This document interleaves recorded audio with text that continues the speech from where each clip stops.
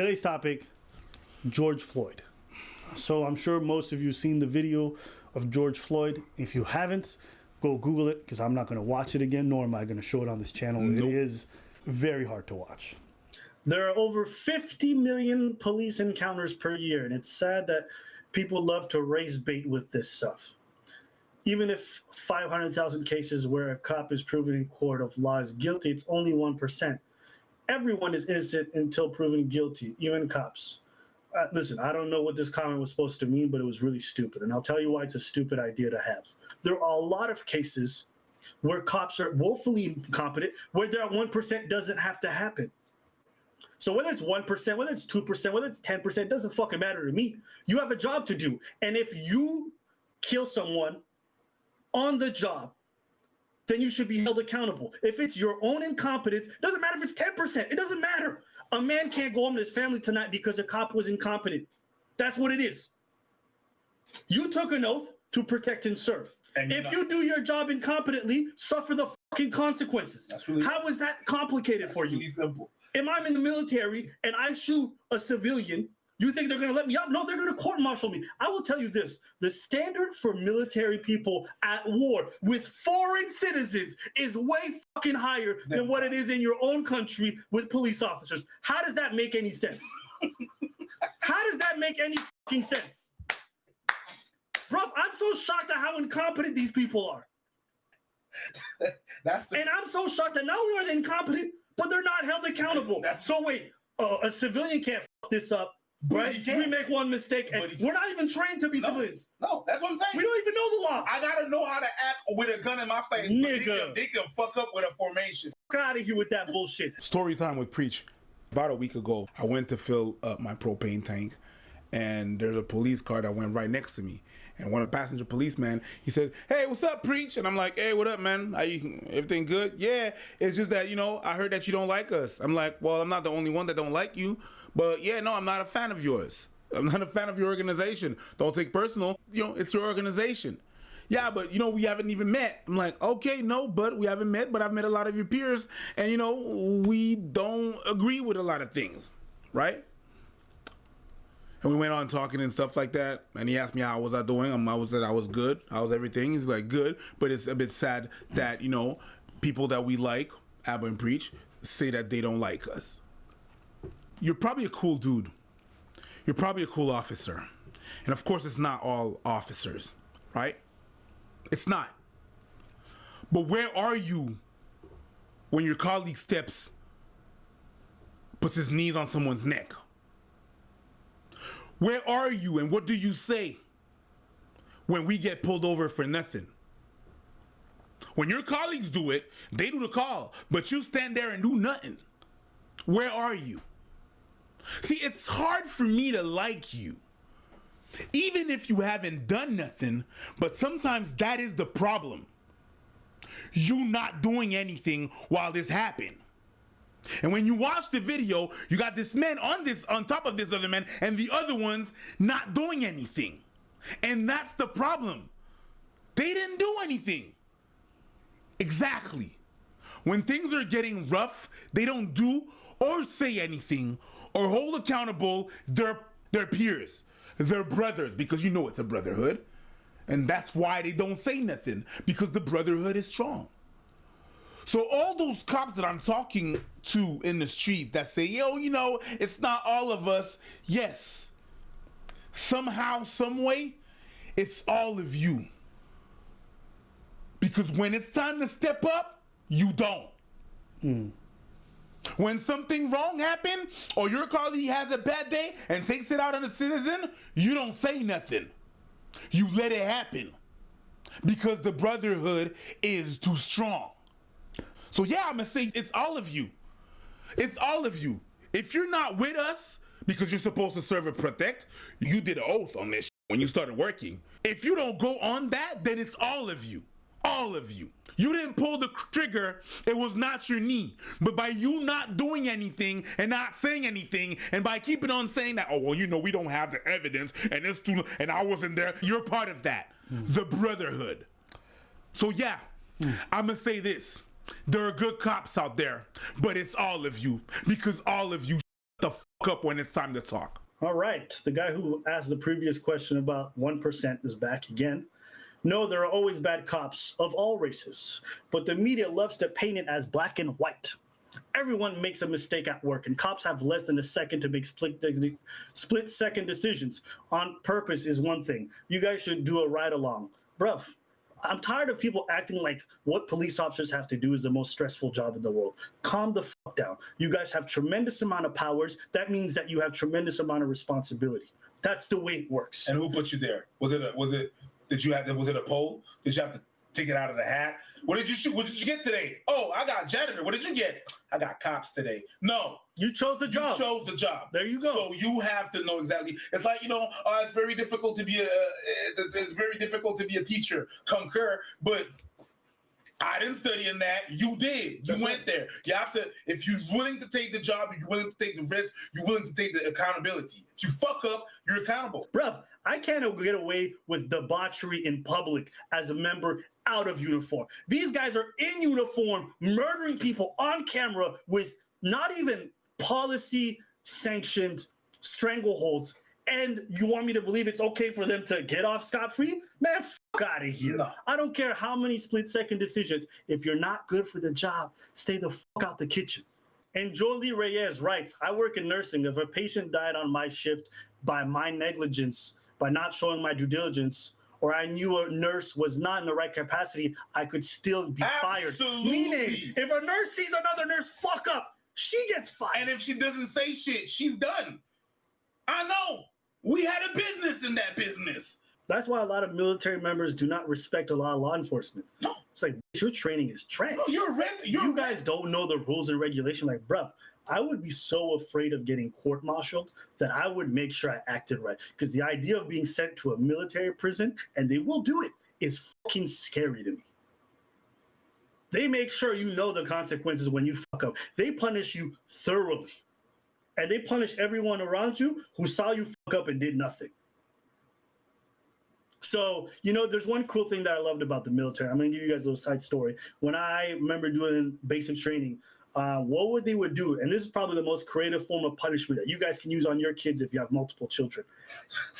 If I would fuck up, I'm not even joking, if I would fuck up royally, what they would do is they would make everyone around me start doing push-ups. They would make them sit in push-up position. They would make them do all kinds of punishments while I sat there and watched. You want a glass of water? Huh? Are you good? 5. Are you good? Do you want a pillow? Let's get you 6. That's right. Let's get you a pillow. That's right. With your head? That's right. 7. Are you good? Are you cool? And if you have any idea how terrible you felt, because it is one of the most crushing things to know that you're fucked up, affected everyone around. Everybody's going to have to talk with you. And that's how we talk about when we say accountability. It's not a one-person thing. It's everyone. So, that's what I loved about it, is the idea that you guys are all in this together and you're all accountable to each other.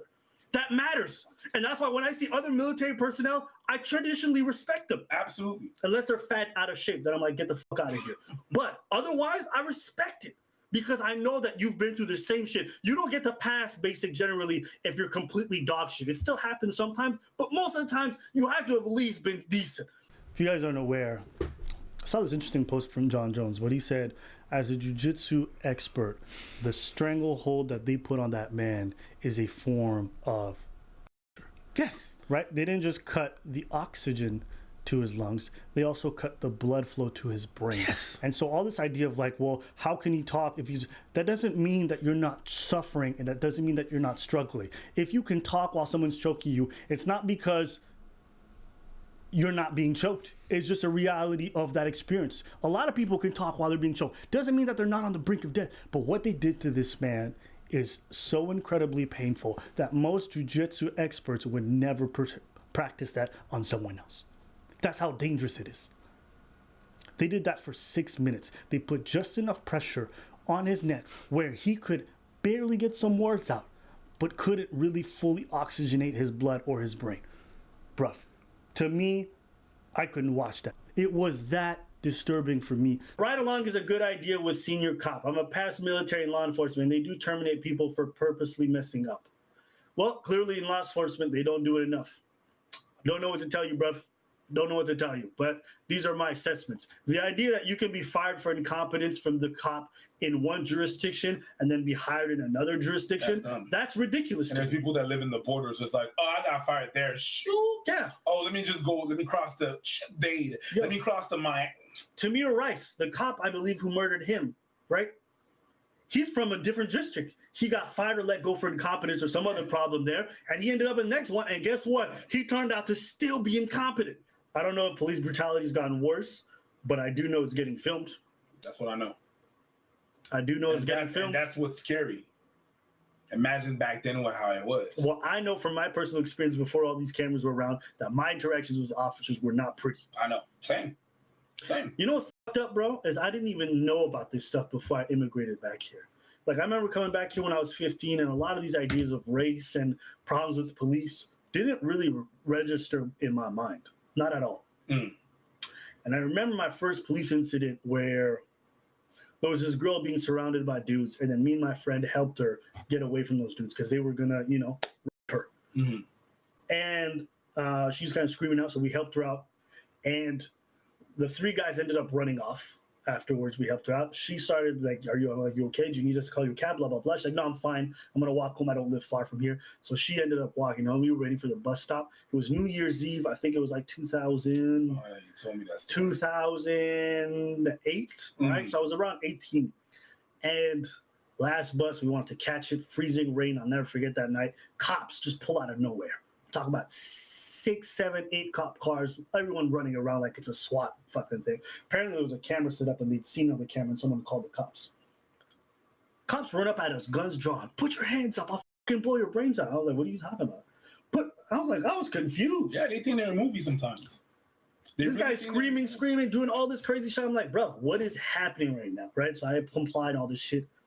Man goes through all this trouble trying to accuse me, saying, "We saw you on camera. You tried to rape that girl." I was like, "What the fuck? I helped her. What are you talking about?" 30 minutes go by, and this person realizes that they fucked up. You would think they would apologize. No, this guy looked at me. He's like, "Let me see your bus pass." The dude rips it up. He makes me miss my last bus pass. I'm 5-6 hours away. I have no way of calling my parents. I remember having to walk in freezing rain, angry. Because, when you're not guilty of something and you get accused, the anger that you feel is uncontrollable. I wanted to punch things. I wanted to break things on people's heads. I remember just being so fucking angry. Because I know I didn't do anything. I know myself to be a decent person. And this person treated me like garbage and I can't do nothing about it. That frustration, that anger that I feel, I can't let go of that. And so it stays in me, right? And when you have continuous experiences like that over time, and everyone says, "Just comply. Just comply, guys. Listen, in the month, if you comply, nothing will happen to you." Well, the reality is I'm human. And the reality is after a while, sometimes it gets to be too much. I want to go about my day undisturbed. And you keep coming after me and bothering me about some bullshit.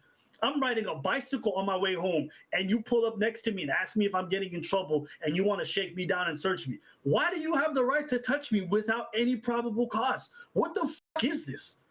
Why do I have to be molested by strangers? So then you tell me afterwards, when I finally get mad, "Oh yeah, well, it's your fault that the cop killed you because you should have kept your cool." Sometimes it just gets to be too much. All of us humans have a boiling point. The best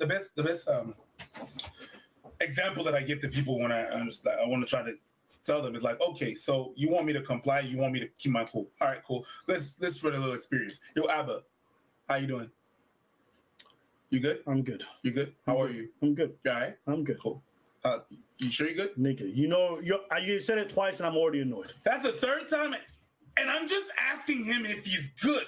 The fact that the police officers were fired doesn't solve anything either. That's not what we want to see. That they're fired, that's not okay. You took some problematic officers, right? They need to be charged now. Something needs to happen. Other than that, no, I don't have any another take. I'm a bit tired of talking about shit like that. I'll be honest with you guys. Initially, I didn't want to cover this. I've told you guys we've covered so many of these stories. It gets very difficult to watch this stuff. Like, I don't know. I don't always know what I'm going to add to a conversation. What more can I say from the last 10 times this incident happened? What more can I say that's going to sway the conversation in a way? Most people know this stuff happens. They understand it's a reality. Maybe change takes time. Maybe I don't know why. Maybe I'm impatient. I don't know.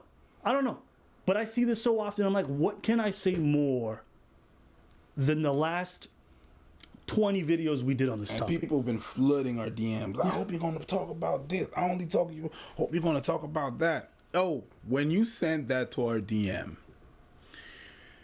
in this new case that happens, what is different than the last one? The last 20. Sometimes we have nothing to add, because the truth is we've covered this.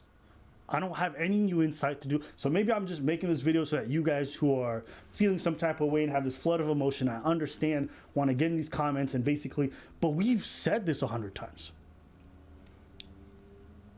We know what those guys did. What those police officers did was murder. You know why? You know why? That's not a question. I was not trying to get your insight on there. It was really just you know why they did that. You know what they did. That's it. That's it.